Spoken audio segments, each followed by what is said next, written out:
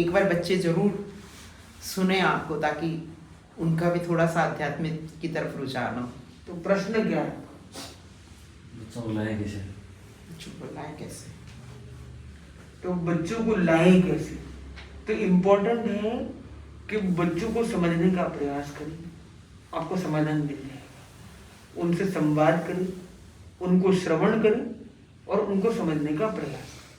पहला है संवाद, दूसरा है उनको श्रवण करें और इसके माध्यम से समझने का प्रयास करें। आपको रास्ता मिल जाएगा कैसे उनको लाया जा सकता। और दूसरा पॉइंट है कि आप अपनी फीलिंग शेयर में कर सकते हैं कि आज हम अमुक महाराज के गए थे, अमुक जगह पर गए थे, ऐसी रूप में बात हुई और हमें लगा कि आपके क्वेश्चंस के आंसर वहां पे आपको मिल सकते हैं, आपको डिफरेंट टाइप का अनुभव मिल सकता है।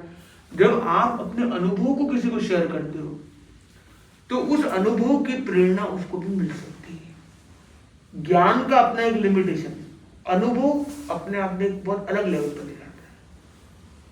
ठीक है, आपके मन में कोई जिज्ञासा हो? खुद से संवाद को मैं थोड़ा सा और समझना चाहता हूँ।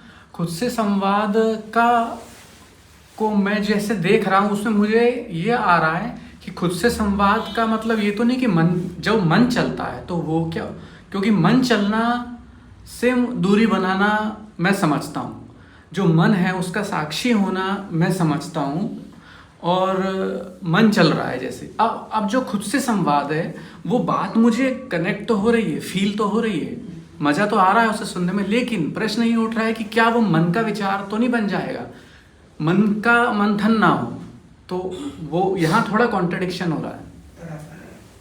ठीक बात है। तो इसको प्रभु महावीर कहते हैं साक्षी भाव, दृष्टा भाव, बी दी ऑब्जर्वर। तो आप जब अपने मन को ऑब्जर्व करते हो तो मन को पढ़ने लग जाते हो। आप देखते हो, देखो मन अस्थिर हो रहा है, कितना मन मेरा चंचल हो रहा है, आप उसको देखने लग जाते हो। तो माँ अपने बच्चे से संवाद जब कर रही है, जब वो 6 महीने का जिसके में भाषा नहीं है, तो वो संवाद कैसा है? उसके भावों को पढ़ने का है कि देखो 3 बजे है, रात के 3 बजे ये उठा है, इसका मतलब इसको नींद में कुछ डिस्टर्बेंस हो रहा है या इसको वॉशरूम जाना है। ये सुबह 6 बजे कर रहा है, मतलब इसको भूख लगी है। ये 9 बजे कर रहा है, मतलब इसको घूमने जाने का टाइम हो गया। 12 बजे कर रहा है, मतलब इसका लंच का टाइम है। 3 बजे कर रहा है, इसको दोपहर में रेस्ट करना है। 6 बजे इसको घूमने जाना है। मतलब वो टाइमिंग के हिसाब से नोटिस ऑब्जर्व करती है, फीलिंग, तो वो फील कर पाती है। फील से भी बेटर वर्ड है ऑब्जर्व। ऑब्जर्व कर पाता है, दृष्टा भाव से देखता रहता है क्या हो रहा है, उस पैटर्न को पकड़ लेता है। ये होगा नेक्स्ट लेवल। प्राथमिक लेवल पर वो क्या करता है? उससे संवाद करता है। जैसे एग्जाम्पल के लिए मिरर टॉक है। मिरर टॉक जहां पे आपका जो वर्तमान अस्तित्व है और आपके जो हायर कॉन्शियस है उसका संवाद हो रहा है। मतलब आप आईने के सामने खड़े हो और आप जैसे मान लो सुपर सेल्स बन जाते हो और आप मुझे पूछते हो क्या तेरा जीवन है, तो किसके लिए जीवन जी रहा है, तेरे जीवन का क्या उद्देश्य है यहाँ पे? तो अंदर से आवाज आती है, वो जो नॉर्मल आंसर से वो निकलते हैं, हाँ मैं तो जी रहा हूँ पत्नी के लिए, बच्चों के लिए, उसके लिए। बोले क्या उनके लिए तो जीवन जी रहा है, ये तेरा लक्ष्य है? बोले नहीं, ये तो हमारा जिम्मेदारी है, वो मैं कर रहा हूँ। लक्ष्य तो कुछ और होना चाहिए। लक्ष्य तो पढ़ाई लिखाई है, लक्ष्य तो अच्छा धंधा करना है। तो धंधा किसके लिए कर रहा है? अच्छा वो तो उस परिवार चलाने के लिए। अच्छा ये तो नहीं है, तो फिर लक्ष्य क्या है? अब ऐसे हाँ आप क्या कहते हो? नहीं वैसे आजकल के बच्चे जैसे नहीं, आजकल के बच्चे तो बहुत बच्चे कुछ जो करते हैं। गेम खेलते हैं ना जैसे, जी जी। उसमें इतने मगन हो जाते हैं कि नहीं परिवार पर वाले ये क्या कहना- बात चल रही है अभी? इनका क्या उत्तर मिला आपको? समझ में आया क्या बात चल रही है? नहीं बिल्कुल नहीं समझ में आया। अच्छा आप समझना चाहते हो? सही में ठीक है। ये क्योंकि अलग अलग चीजें, क्या हम बच्चों को समझाना चाहते हैं या हम समझना चाहते हैं, दो अलग अलग चीजें। क्योंकि आप जो डिस्कशन कर रहे हो बहुत ही बच्चों को महत्वपूर्ण, समझाने का तरीका भी थोड़ा वो बहुत आगे की बात होगी। हम्म। तो इम्पोर्टेंट क्या होता है कि जो हो रहा है उसको समझना बहुत जरूरी है। क्या होना चाहिए, मुझे क्या करना है, वो बाद का स्टेप है। क्या मैं कर रहा हूं उसको समझना है संवाद। क्या करना चाहिए वो है प्लानिंग, बराबर है। तो अभी जो संवाद चल रहा है ना, उसका आनंद लेना है। कैसी लगी बात है? अच्छा ठीक है ना। तो अभी इनका जो प्रश्न है कि हम जो अपने आप से संवाद करते हैं, तो अगर हम विचार मंथन में, विचार के झूले में तो ऐसे ही बैठे रहते हैं, सोचते रहते हैं कुछ भी, क्या यही संवाद है? तो ये उससे अलग है। एक होता है खोए हुए होना, तो हम विचारों की दुनिया में खो जाते हैं, वो एक अलग चीज है। एक होता है कि हम विचार नहीं करते, हम दृष्टा बन जाते हैं, वो एक अलग चीज है। और एक है कि हम आईने के सामने खड़े होकर या बंद आंखों से अपने आप से एक संवाद करते हैं, जो अपने कहते हैं ना, अपना सत्य मैसेज जा मृत्युम भूए सो कब थे, स्वयं से सत्य को खोजे, अपग मप्प एणम, आत्मा के द्वारा आत्मा को देखना, ये एक लेवल। तो सबसे पहले होता है एक ओपननेस का एक कन्वर्सेशन करना, क्योंकि हम लोग भी जो होते हैं ना, एक कुछ पर्दा लेके चलते हैं।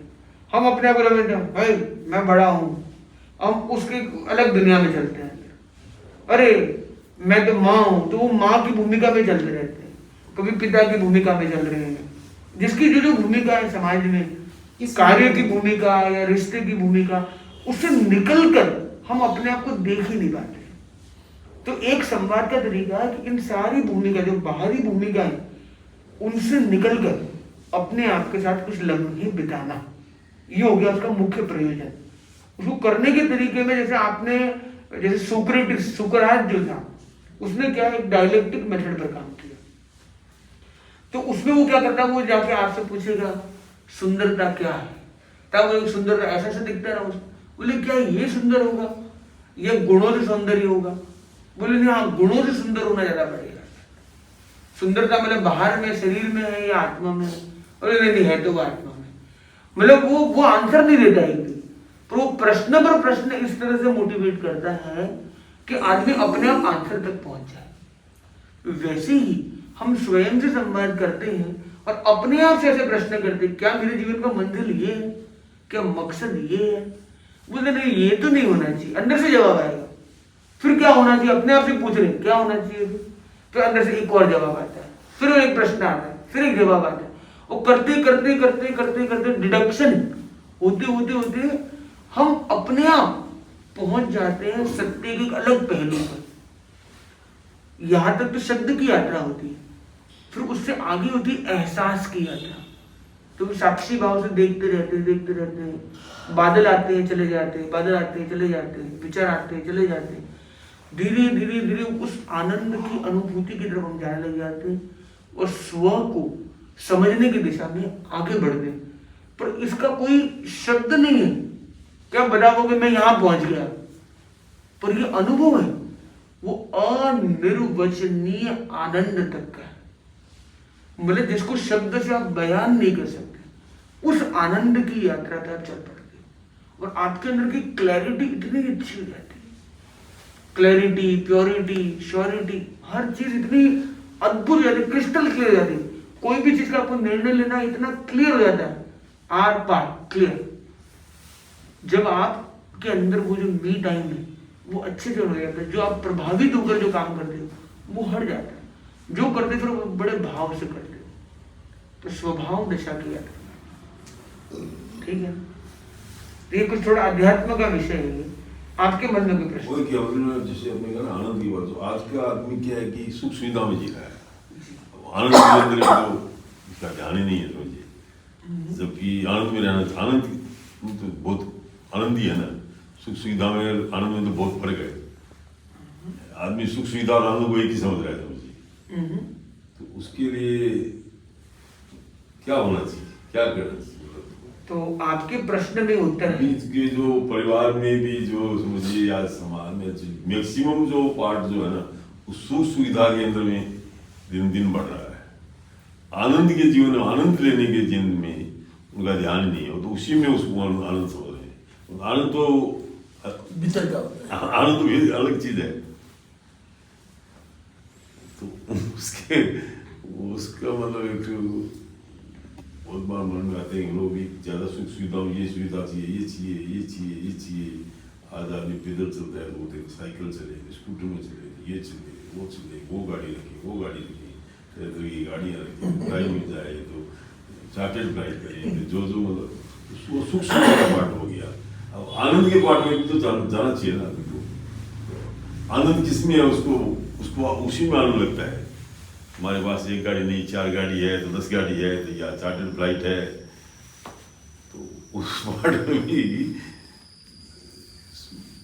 बात आती है बहुत बार मन में कि समाज इसमें भी अभी आपने भी बीच में आपने आनंद शब्द को यूज किया, मेरे को बहुत अच्छा लगा वो। ये आदमी तो अभी सुख सुविधा में जा रहा है, आनंद ले नहीं रहा है। उसको वही आनंद लग रहा है, जो जाता है उसी में आनंद लग रहा है। अंदर का आनंद आनंद जो- नहीं है, उसको उसी में अच्छा लग रहा है। पदार्थ में ही उसी आनंद आनंद आनंद एक मानता तरह है। के शब्द लग रहे हैं, एक जैसे शब्द लग रहे हैं वैसे, और सुख और आनंद में वैसे तो कोई लेकर के लग आनंद रहा है। लेता है, कोई देकर के आनंद लेता है। किसी को देने में आनंद नहीं आता, किसी को लेने में आनंद नहीं आता, वैसे होता है। अच्छा, तो आनंद देना चाहिए कि लेना चाहिए? नहीं किसी को देकर के आनंद आना चाहिए ना। वैसे किसी से अच्छा ले तो भी अच्छा लगता है ना, आनंद उसमें भी आता है। दोनों में दिल को वैसे रखना चाहिए ना, आनंद लेने में देने में। आपके हिसाब से क्या उत्तर होगा इसका? बताइए। अब किसी को वही है, इनका कहना है कि इतनी गाड़ियां घोड़ा से किसी को उसी में आनंद लगता है, मतलब अच्छा लगता है। लेकिन मेरे को वैसे अच्छा नहीं लगता है। अंदर का आनंद होना चाहिए, वो सुविधा से अच्छा होना चाहिए। कैसे मिलेगा ये बताइए? वही तो अपने आप में हम अच्छा करेंगे तो अपने आनंद वैसे ही मिलेगा। किसी के साथ में अच्छा करें, किसी के साथ में व्यवहार गंदा नहीं करें, अच्छा समझे सबको अपने, तो अच्छा आनंद आएगा। कोई इसी में है हाँ इसके साथ हो गया, हाँ बहुत अच्छा हुआ, गलत होता है तो कोई उसी में खुशी मान लेता है। वही है। आप बताओ, आप क्या कहना आनंद चाहोगे? अपने अच्छा करके आनंद लेना चाहिए, किसी का अच्छा करके आनंद होना चाहिए। आपको किस में आनंद आता है?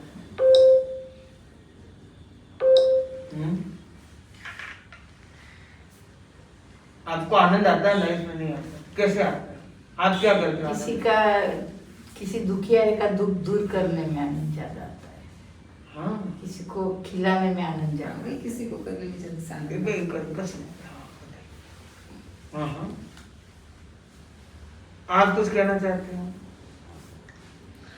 मैं भी रियल आनंद की तलाश में हूँ, मुझे कभी फील नहीं होता। मेरे को ऐसे लगता है सब पदार्थ वाले सुख मिल रहा है, जो अंदर का जो सुख निकलना चाहिए कि एकदम से खुशी, वो चीज नहीं मिलती। पदार्थ वाला ही सुख होता है, या क्षणिक सुख है, कोई बहुत अच्छा काम किया, सबने बहुत अप्रिशिएट किया, बस थोड़ी देर खुशी मिली। लेकिन जो रियल में लाइफ में अचीव करना है वो नहीं मिला अभी तक। उसकी तलाश है कि कुछ मिलेगा ऐसा। मेरे अनुभव में अभी में वापस अभी में आ जाने आनंद आनंद की अनुभूति होती है उसमें। फिर अभी में आ जाना, और फिर चले जाने से फिर आ जाना, और जो हो रहा है उसमें पूरे हो जाना, जो भी जहाँ पर भी, क्योंकि निर्णय तो मेरा ही है, मैं उसमें निर्णायक हो जाऊँ जो भी है और उसमें पूरा हो जाऊँ, तो फिर अपने आनंद के करीब। बहुत अच्छा। आप कुछ कहना चाहिए? हाँ, भरत का कुछ कहना चाहते हैं? आनंद वर्तमान में जीरो तो आनंद है। हरेक ક્ષણનો વર્તમાનનો ઉપયોગ કરી લો। आनंद। योगेश जी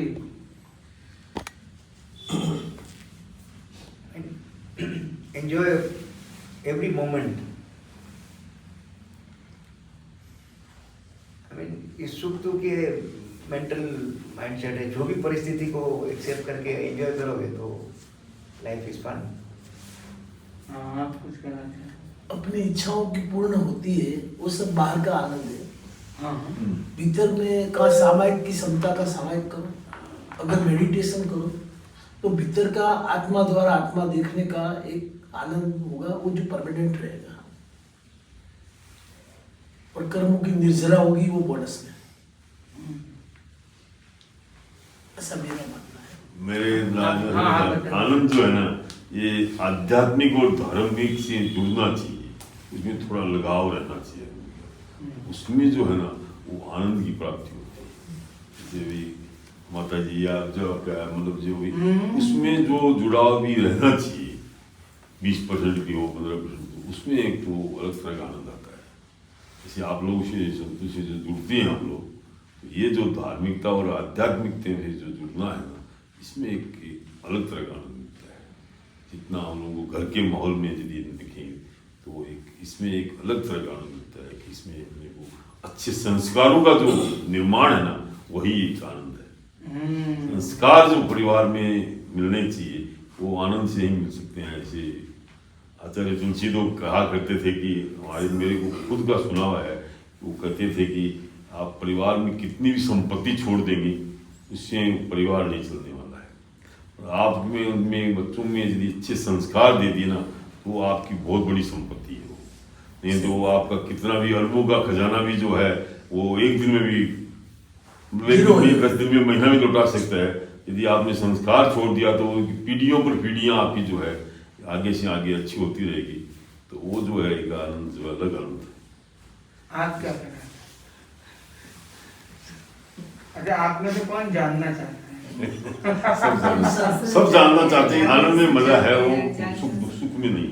रियल आनंद कैसे अचीव करें ये जानना।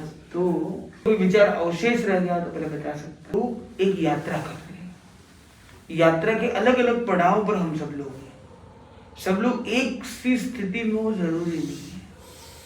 तो आनंद की परिभाषा भी जो है हम सबके लिए परिवर्तित होती चली जाती है। पर ये एक बात तय है कि सुख सुविधा में एक अंतर है। सुख अलग है, सुविधा अलग है। जब हम सुविधाओं में सुख की खोज करने लग जाते हैं तो हम एक भ्रम में जीते हैं।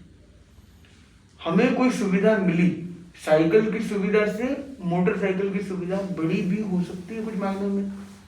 मोटरसाइकिल से कार की, कार से इसकी, छोटे मकान से बड़े मकान में, बड़े मकान से उसमें, छोटी फैक्ट्री से बड़ी फैक्ट्री में, धन की वृद्धि हो, साधन संपन्नता हो। तो ये जो सुविधा, साधन और सुविधा, तो सुख सुविधा हम कहते हैं पर एक्चुअल में कनेक्शन है साधन सुविधा। साधन कितने, सुविधा कितनी। सुविधा बड़ी, साधन बड़े, साधन को बढ़ाते जाता है, अपनी सुविधाओं को बढ़ाने का प्रयास करता है। कई बार वो ज्यादा साधन उसके लिए असुविधा का कारण भी बन जाते हैं। आप केवल एक मोबाइल था संभाल लेते थे, 2 मोबाइल थे संभाल लेते थे, 4 मोबाइल रख लिए।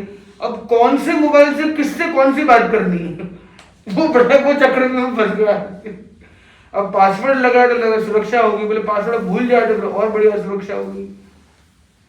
तो कई तरह की है कि कई बार साधन से भी सुविधा बढ़ती है, कई बार साधन दुविधा भी क्रिएट करने वाला बन जाता है। एक टीवी है, पहले 2 चैनल आते थे, 3 आते थे, तो ठीक है ये देखता हूँ, नहीं ये देखता हूँ, खत्म होगा। अभी 500 चैनल बोले ये देखो, ऐड आई, उधर चले गए, फिर बोले कौन से चैनल पहले चल रहा था, ऐड खत्म हो गई, उधर जाना है, वापस भूल गए क्या हो गया। तो आदमी उल्टा कई बार सुविधा की जगह दुविधा में चला जाता है, ऐसा भी देखा जाता है। तो समझना ये साधन और सुविधा का जो फील्ड है इसका सुख से डायरेक्ट कनेक्शन बिल्कुल नहीं। ये एक भ्रम है, हमें लगता है कि साधन बढ़ेंगे, सुविधा बढ़ेगी तो सुकून, शांति, सुख, आनंद बढ़ेगा। ये एक भ्रम है, वास्तविकता ऐसी नहीं है।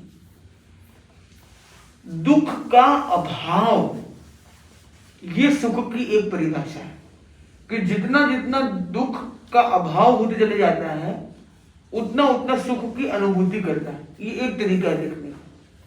और दूसरा तरीका देखने का, जितना हम स्व से जुड़ते जाते हैं उतना उतना हम सुख, आनंद की अनुभूति करते हैं। तो समझना है कि आनंद है जो अंतर का सुख है, वही मूल सुख है। बाकी सब सुविधा, साधन है, प्रसन्नताएं हैं, लोगों की अभिव्यक्ति। लोगों ने बोला अरे महाराज आप क्या लग रहे हो, आदमी खुश हो गए।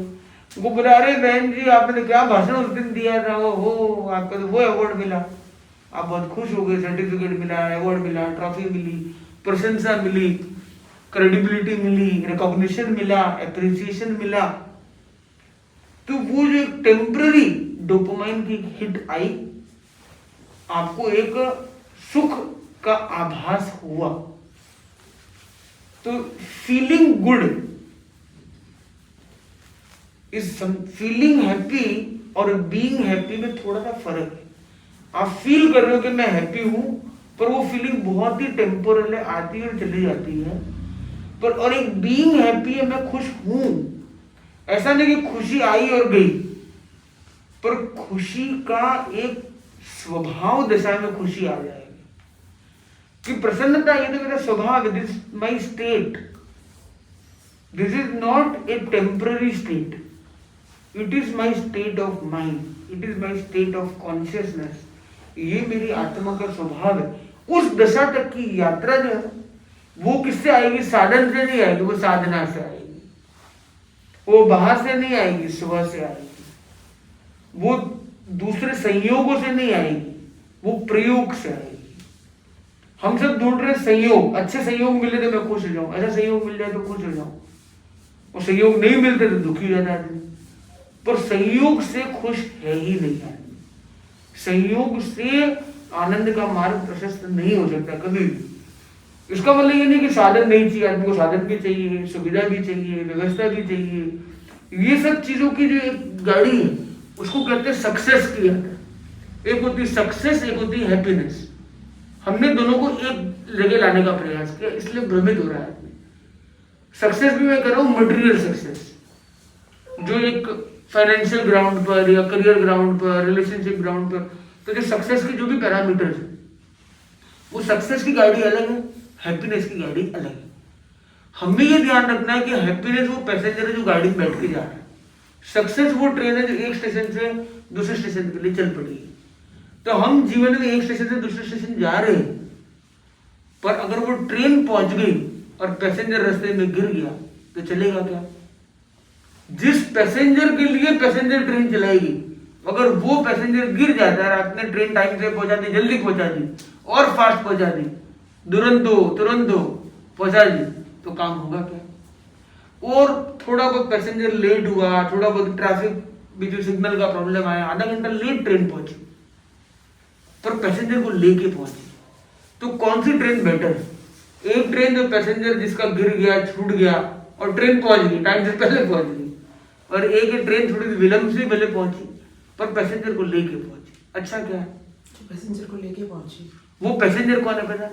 हमारे लिए वो पैसेंजर है हैप्पीनेस, और उस मंजिल तक पहुंचना है वो सक्सेस।